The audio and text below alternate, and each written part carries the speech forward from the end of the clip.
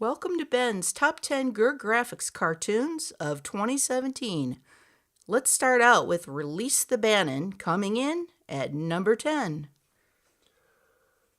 Chapo Trap House made a video designed to trash me and my cartooning, but at the end of their video, they seemed to like my cartoons instead, and this one is a good example. The more they made fun of my cartoons, the more they seemed to like them, and they cracked up when they saw Release the Bannon. Their video had many thousands of views, but that's fine for me because there's no such thing as bad publicity.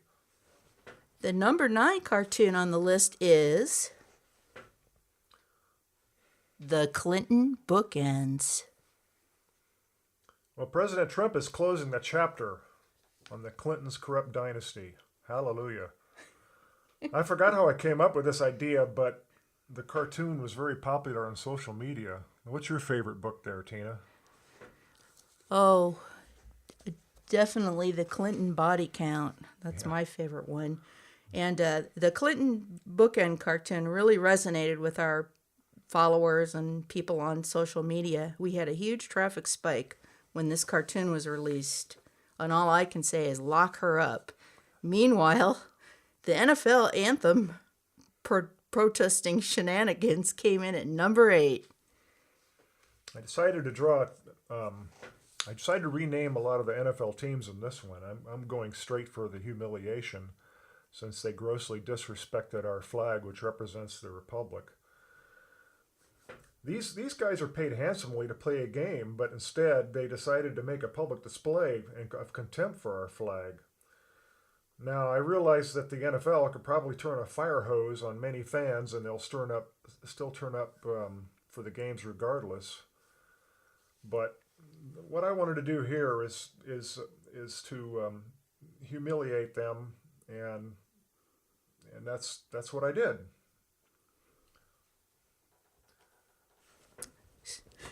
Snoozing in at number 7 is Wake Up Watchdog. Hopefully this dog will wake up soon.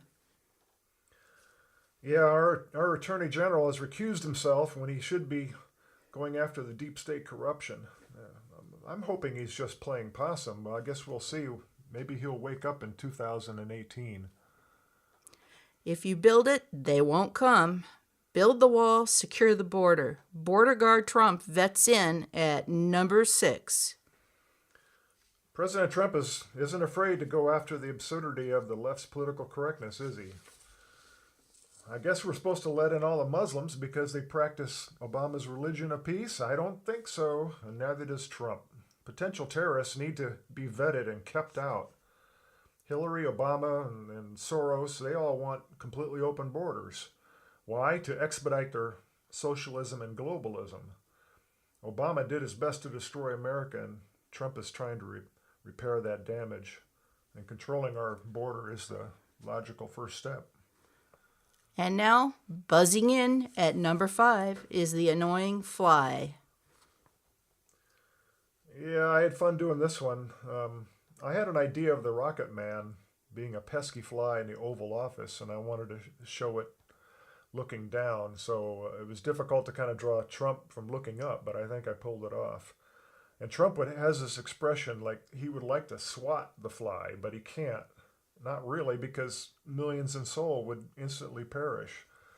So Kim Jong-un knows this, and he continues to buzz around and annoy Trump, but Trump, unlike previous presidents, he's not willing to kick the can down the road anymore. And he definitely won't appease the hermit state dictator like previous presidents have. And we know talking does no good whatsoever. We know Clinton sent Jimmy Carter to talk with Un's daddy, and we ended up giving the Norks nuclear reactors and billions of dollars in aid. And that didn't stop the North Koreans from developing nuclear weapons anyway. They continued right after they signed the agreement. They didn't hesitate for 1 second. They were right back building them again. And Trump is doing the right thing. He's trying to get all aid cut off. But China enjoys having their barking dog to annoy the USA. Well, we'll see what happens this year. If Rocket Man continues to provoke by launching ballistic missiles over Japan and toward the USA, he could find himself getting swatted flat. But it also could touch off a terrible conflagration, and these are dangerous times. One of 2017's biggest stories was the unmasking of the mainstream media lies. Fake news comes in at number 4 in Ben's list. I drew this cartoon early in the year, I think January of 2017. And this one was very popular. It was reposted and printed all over the world. It was maybe my most requested cartoon for republishing. It illustrates the increasing irrelevance of the mainstream legacy media and their desperation as far as trying to maintain their clutch on American minds.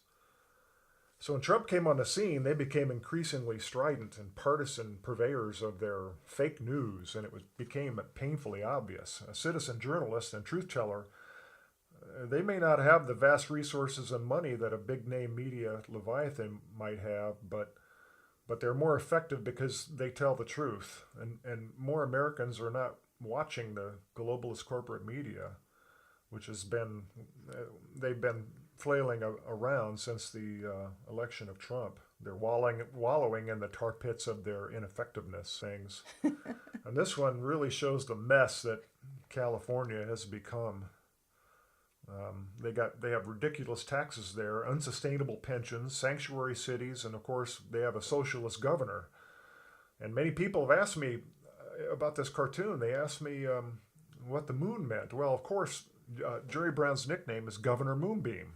So there you go. I put the moonbeam settling over his mentally deranged skull. Stalking the country like a cloud of political darkness is the shadow government, taking the number 2 spot in our list. Well, we've seen how politics has infected all of the alphabet agencies, especially the FBI. Comey was there to protect the Clintons. Instead of investigating Hillary, they didn't even want to use the word investigation. They called it a matter. And Strunk was messaging his girlfriend about how much he hated Trump, and Mueller is now investigating a non-existent Russia hacking narrative while ignoring Hillary's very real Uranium One and Clinton Foundation pay-per-play scandal. Oh, this is pretty disgusting. I agree, disgusting.